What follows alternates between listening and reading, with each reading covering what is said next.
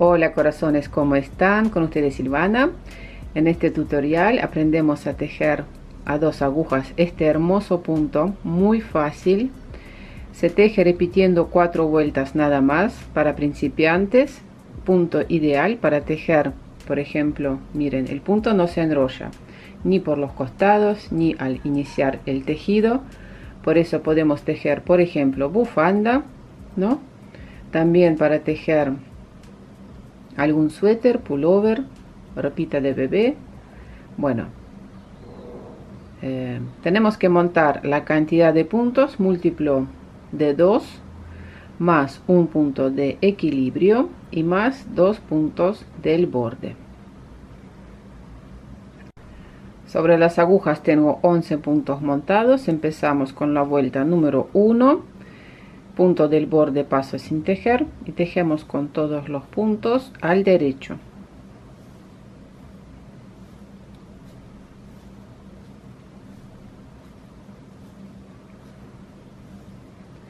Y último punto del borde tejemos al revés. Vuelta número 2, punto del borde, paso sin tejer, tejemos todos los puntos al derecho.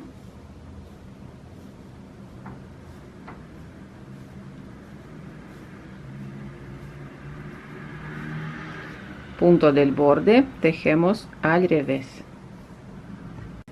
Como tejer vuelta número 3, punto del borde, paso sin tejer, tejemos primer motivo, punto al derecho, la hebra delante del tejido, pasamos un punto sin tejer. Repito el motivo, derecho, la hebra delante, paso punto sin tejer, derecho, paso punto sin tejer, derecho, paso punto sin tejer. Punto de equilibrio tejemos al derecho, punto del borde tejemos al revés. Como tejer vuelta número 4, pasamos punto sin tejer, tejemos primer motivo, punto revés, pasamos un punto sin tejer, la hebra atrás del tejido. Repito el motivo, punto revés, paso punto sin tejer, la hebra atrás, revés, paso punto sin tejer, revés, paso punto sin tejer, punto de equilibrio tejemos al revés, punto del borde al revés.